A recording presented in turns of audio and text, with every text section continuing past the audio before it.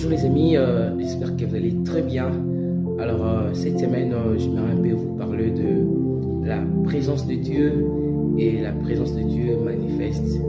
Et vous savez, nous sommes dans un temps où le cœur des gens sont troublés et les inquiétudes envahissent le cœur de plusieurs.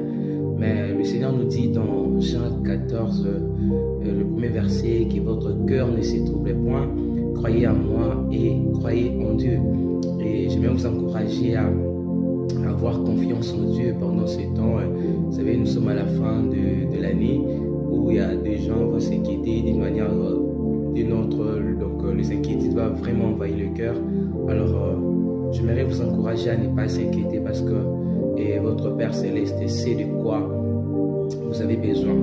Alors, il ne faut pas se déranger de ce que tu vas manger, de ce que tu vas boire et de ce que tu vas prendre parce qu'il y a ton Père Céleste qui est là et qui prend soin de toi.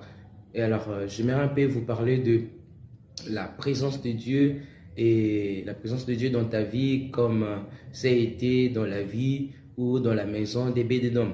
Et j'espère que vous connaissez Obédédom. Obédédom est celui qui avait réussi l'arche de... Il avait resté l'arche de Dieu chez lui, et donc l'arche qui symbolisait à l'époque la présence de Dieu.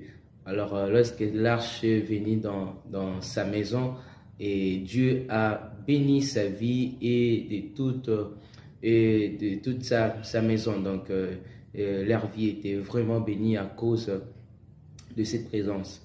Et j'espère que si vous avez aussi besoin de la bénédiction de Dieu, vous avez besoin que Dieu puisse vous bénir. Mais pour recevoir cette bénédiction, il faut se laisser envahir par la présence de Dieu. Il faut laisser que la présence de Dieu puisse venir dans ta vie, combler ta vie, remplir ta vie. Et c'est comme ça que tu vas... Et cette présence-là sera une source de bénédiction pour toi. Et alors, pour que cette présence soit une source de bénédiction pour toi, il y a au moins 3 choses à faire que je vous encourage à mettre en pratique. C'est 3 choses que j'aimerais vous parler et ce soir. La première chose, que vous devez être réceptif concernant la présence de Dieu. Vous devez accueillir la présence de Dieu. Vous savez, David, il n'avait pas voulu recevoir l'arche chez lui.